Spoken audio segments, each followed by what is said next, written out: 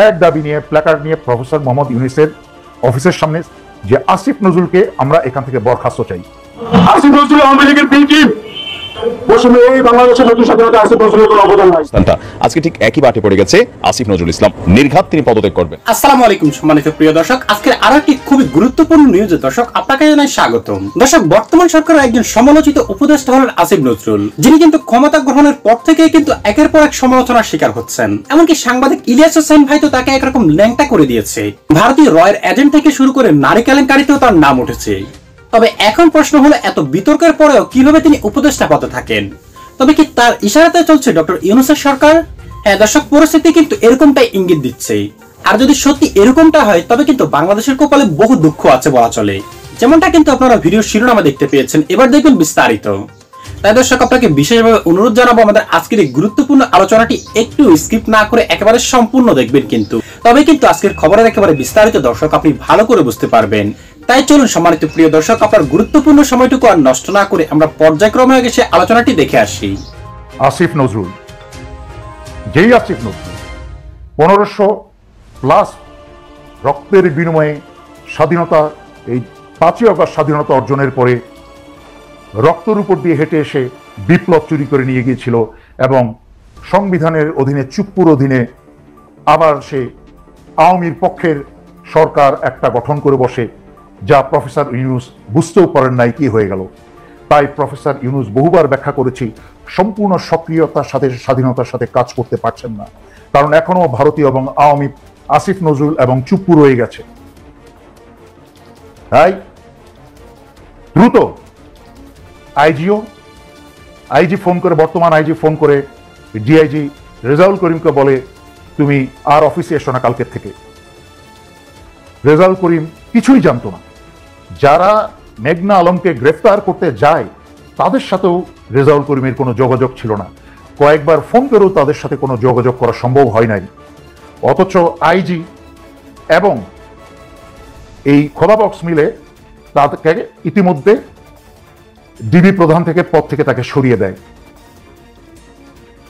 অথচ এই নাটকটা সাজানো হয়েছে যে খোদাবক্স মেঘনা আলমকে গ্রেফতার করাবে, আর মেঘনা আলম যেহেতু আসিফ নজরুলের যেরকম দেহ ব্যবসায়ী মেঘনা আলম, আসিফ নজরুল ও হানি ট্র্যাপের তার সমস্ত সাক্ষী প্রমাণ আছে, সুতরাং মেঘনা আলমও থ্রেট দিয়েছে আসিফ নজরুলকে, তাকে কিছু করা হলে সেও সব ফাঁস করে দিবে। সুতরাং আসিফ নজরুল তাকে রিমান্ডে নিতে দেয় নাই, কারণ রিমান্ডে নিলে পরে দেশপ্রেমিক পুলিশ অফিসাররা যখন তাকে জায়গা মতো ট্রিটমেন্ট দিত তখন কিন্তু সমস্ত হরহর করে সবকিছু বেরিয়ে আসতো। কিন্তু আজকে এই আসিফ নজরুল এবং খোদাবক্সরা মিলে এবং আইজির নীরবতায় এবং কি বলে এটাকে পরোক্ষ সহায়তায়, আমি প্রত্যক্ষ বলবো না, পরোক্ষ সহায়তায় এবং আসিফ নজরুল এবং খোদাবক্সের সরাসরি পরিকল্পনায় এবং সকল পদক্ষেপে আজকে দেশবিরোধী এই ষড়যন্ত্র চলছে। কেন দেশবিরোধী ষড়যন্ত্র চলছে? কারণ মেঘনা আলম হানি ট্র্যাপ করার চেষ্টা করেছে সৌদি আরবের একজন উচ্চপদস্থ কর্মকর্তাকে নিয়ে। আমি আর ওনার নাম ছবি আমি কিছু দেখাতে চাই না, কারণ আদালতে যখন মেঘনা আলম যাবে তাকে মেডিসিন দেওয়া হবে, অটোমেটিক তার দেহ ব্যবসার সমস্ত খবর বেরিয়ে যাবে। তাকে হানি ট্র্যাপ করেছে, হানি ট্র্যাপ যাকে করেছে তার দোষের আগে যে হানি ট্র্যাপ করেছে তার দোষ আগে। সুতরাং সৌদি আরব কি ব্যবস্থা নিবে না নেবে সেটা হচ্ছে তাদের ব্যাপার, আমরা ওইদিকে যাব না। কিন্তু আমাদের সবার আগে স্বার্থ হচ্ছে দেশ নিয়ে। এবং মেঘনা আলম যেহেতু এবং আসিফ নজরুল খোদাবক্স দেশের বিরুদ্ধে কাজ করেছে, সেই জন্য তাদেরকে আইনের আয়তায় আনতে হবে। সমগ্র বাংলাদেশের জনগণকে আমি বলবো, আপনারা প্রফেসর মোহাম্মদ কোনো কাজের ব্যাঘাত না করে এক দাবি নিয়ে প্ল্যাকার্ড নিয়ে প্রফেসর মোহাম্মদ ইউনূসের অফিসের সামনে শৃঙ্খলার সাথে দাঁড়ান, আসিফ নজরুলের ছবি নিয়ে এবং আসিফ নজরুলের নাম দিয়ে, যে আসিফ নজরুলকে আমরা এখান থেকে বরখাস্ত চাই। কারণ আসিফ নজরুল সরলে পরে 3 শয়তানের একটা বড় শয়তান চলে যাবে, আর 3 শয়তানের একটা বড় শয়তান চলে গেলে কিন্তু ওই শয়তানের আঁকড়াটা এমনিতেই দুর্বল হয়ে যাবে। তাই চলুন, 16 বছর মনে করেছিলেন হাসিনাকে সরানো সম্ভব নয়, কিন্তু আমি কোনোদিন বিশ্বাস ছাড়ি নাই। ইনশাল্লাহ সব সম্ভব আল্লাহর রহমতে। আগে নিজে চেষ্টা করতে হবে, তারপরে আল্লাহ সাহায্য করবেন। আল্লাহ কখন সাহায্য করবেন সেটা আল্লাহর সিদ্ধান্ত, আমি বলার কেউ না। তবে ঘরে বসে দোয়া করলেই যে কাজ হবে তার কোনো নিশ্চয়তা নাই। এই যে কিন্তু বহুবার বলেছে, এই জন্যই কিন্তু আমাদের নবীজি ওনার দোয়ার আগে কার দোয়া আল্লাহর কাছে পৌঁছাবেন? উনি তো দোয়া করেই ঘরে বসে থাকতে পারতেন, কিন্তু উনি সম্মুখ সারিতে অনেকগুলা যুদ্ধে নেতৃত্ব দিয়েছেন। সুতরাং সহজ সুন্নত অনুসরণ করলেই হবে না, বড় বড় সুন্নতগুলো অনুসরণ করতে হবে। চলুন আমরা গত 2024 জুলাই আগস্টে যারা শহীদ হয়েছে, সুবহানাল্লাহ, আলহামদুলিল্লাহ, তারা আল্লাহর পছন্দের বান্দা হয়ে জায়গা মতো পৌঁছে গেছে। এই প্রতিনিয়ত আমরা যারা অন্যায়ের বিরুদ্ধে দেশ এবং অসহায় জনগণের পক্ষে কাজ করছি, তারাও কিন্তু আমরা জিহাদ করে যাচ্ছি। এটাও কিন্তু একটা জিহাদের অংশ।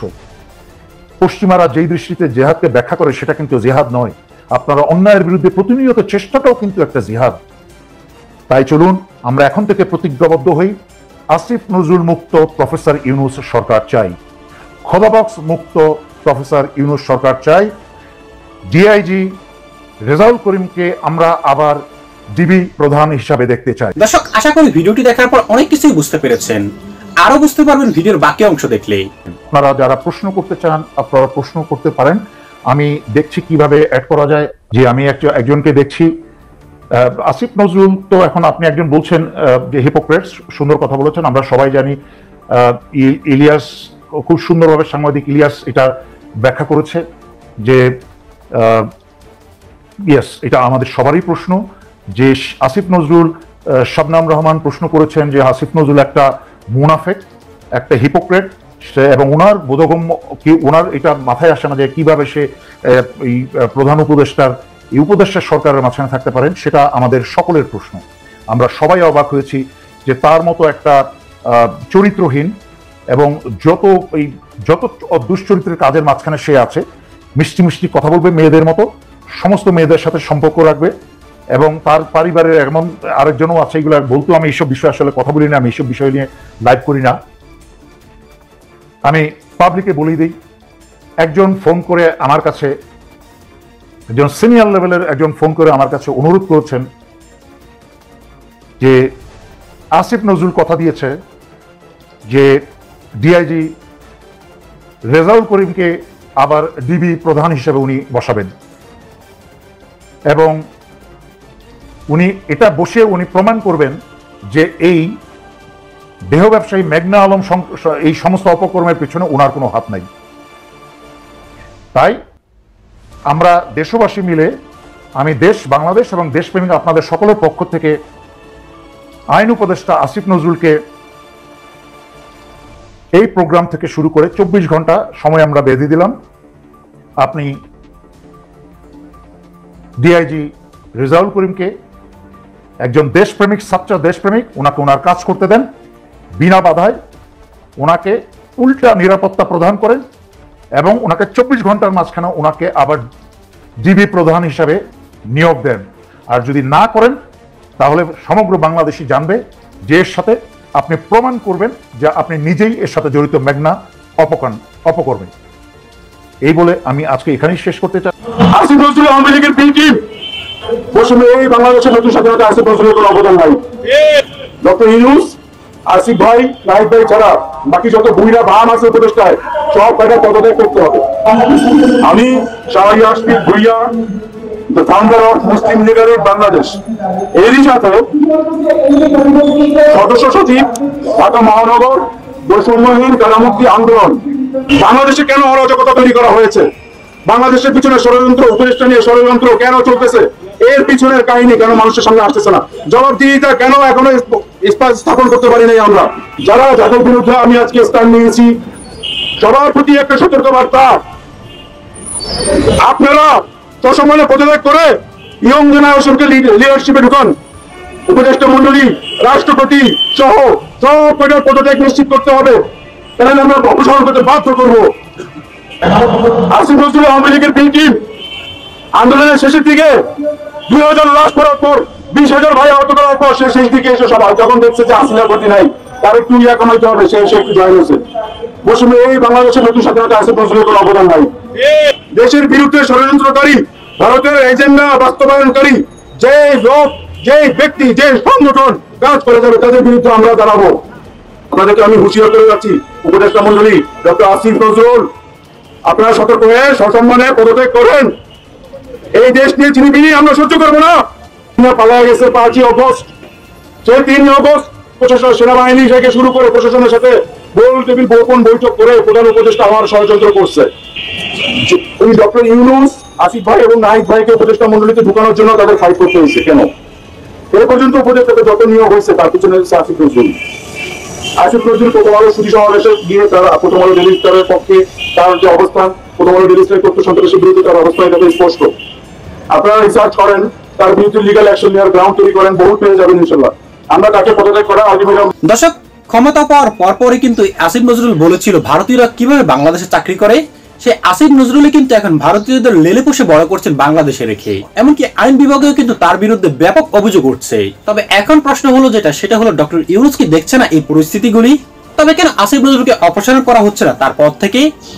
তবে কি এই আসিফ নজরুলকে পদত্যাগ করাতে আবারও দেশের জনগণ আন্দোলনে নামতে হবে?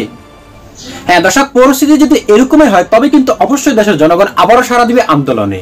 তাই দর্শক, আপনাকে বিশেষভাবে অনুরোধ জানাবো আমাদের আজকের এই বিস্তারিত ভিডিওটি দেখার পর আপনার কি মনে হয়েছে সেটা কিন্তু অবশ্যই আমাদের কমেন্ট বক্সে জানিয়ে যাবেন। কারণ আপনাদের এই কমেন্টের কারণে কিন্তু আমরা পরবর্তীতে কিন্তু গুরুত্বপূর্ণ আলোচনাগুলি আপনাদের সামনে তুলে ধরতে আগ্রহী হব। আজ এ পর্যন্তই দর্শক, আশা করি সকলে অনেক ভালো থাকবেন। আল্লাহ হাফেজ।